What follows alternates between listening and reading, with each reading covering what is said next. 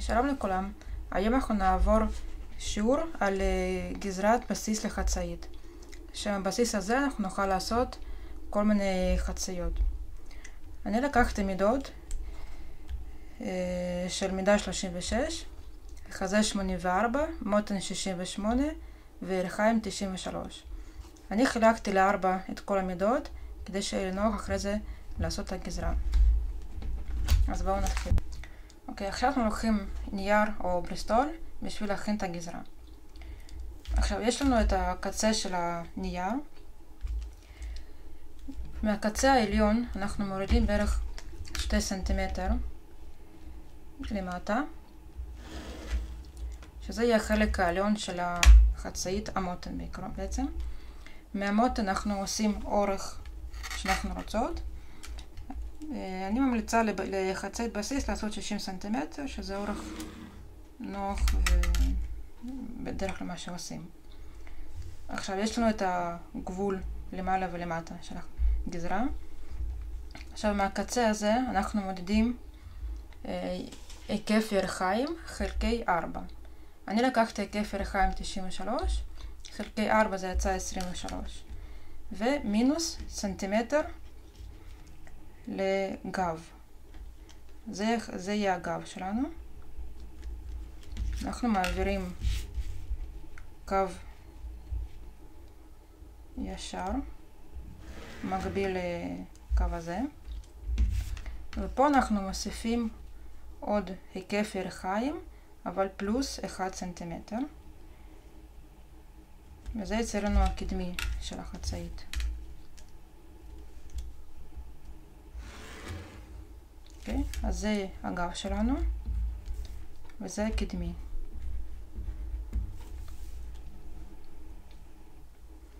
עכשיו מהמותן אנחנו מודדים אורך עד הירכיים.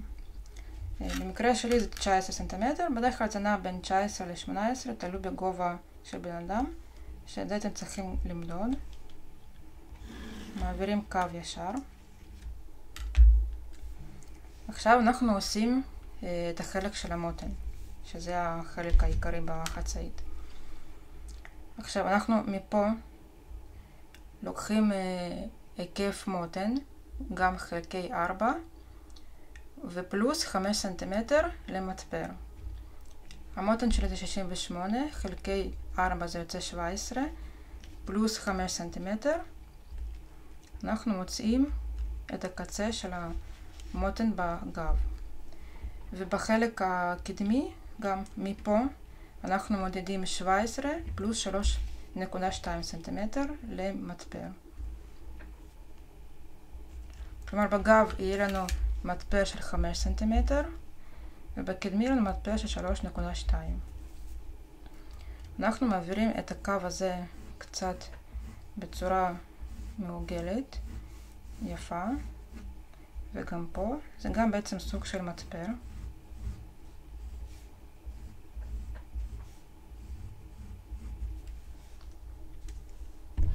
למציאת המטפר אנחנו מחשבים מהקצה הזה, לוקחים 8 סנטימטר לצד הזה, ואת ה5 סנטימטר אנחנו מחלקים לשתי מטפרים, שזה בעצם בגזרת בסיס של חצאית יש לנו 2 מטפרים.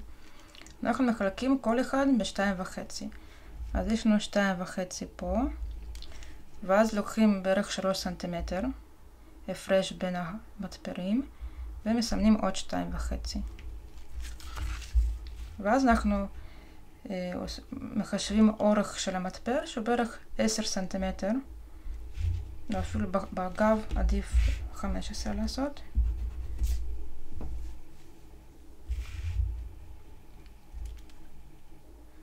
לא, 13 זה מספיק.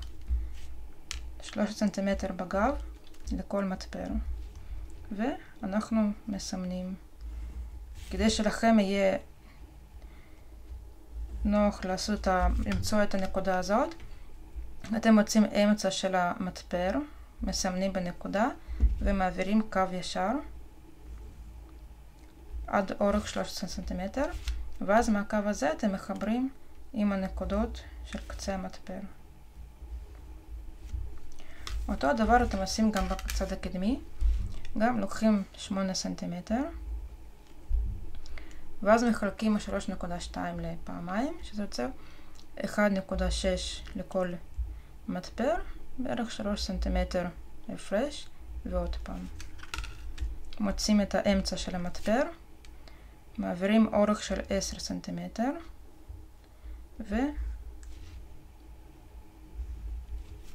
ומחברים עם הקצה של המטפרים. יצא לי בתמונה מטפר קטן, אבל את העיקרון אני חושבת שמובן. וזהו, ואז אתם גוזרות את הגזרה, סליחה. אנחנו בגב עדיף להוריד בחלק הזה בערך 0.5 סנטימטר, ופה אנחנו מוסיפים פה, ופה מוסיפים 0.5 סנטימטר לגובה. ואז מה שיוצא, אנחנו מעלים פה את המטפרים האלה, ומחברים בעדינות את הנקודות.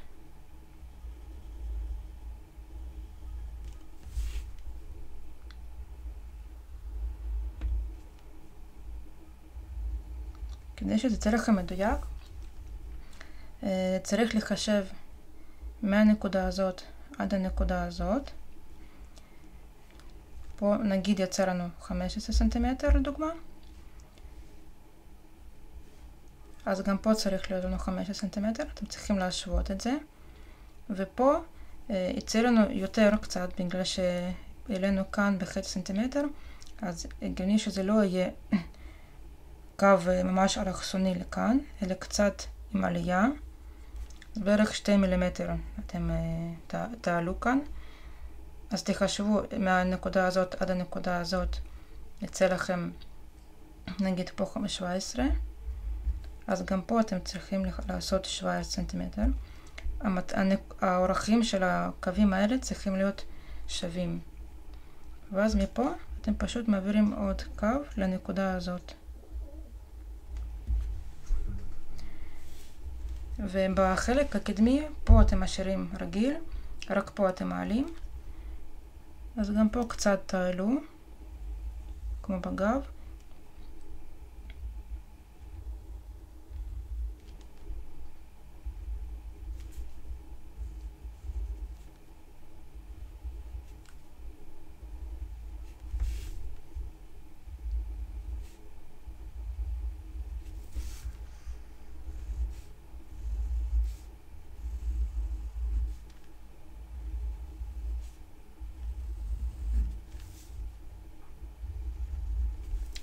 עכשיו אתם גוזרים את הגזרה בנייר הזה, לפי הסימון שאני עכשיו מעבירה בחלק העבה.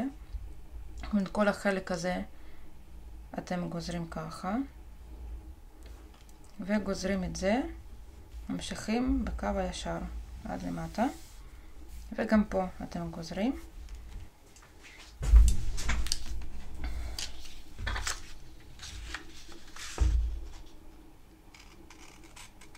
ונראה מה יצא לנו פה.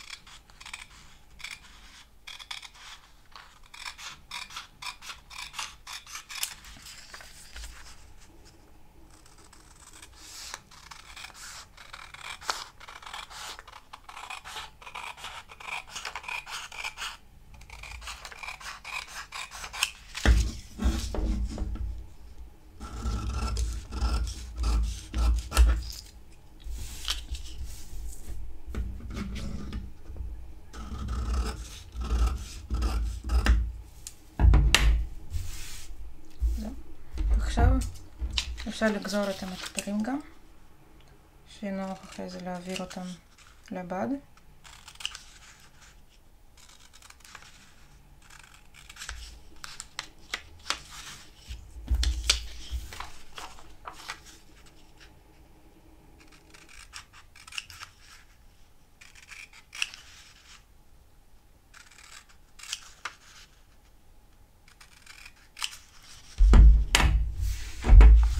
זו החצאית שצריכה לצאת לכם.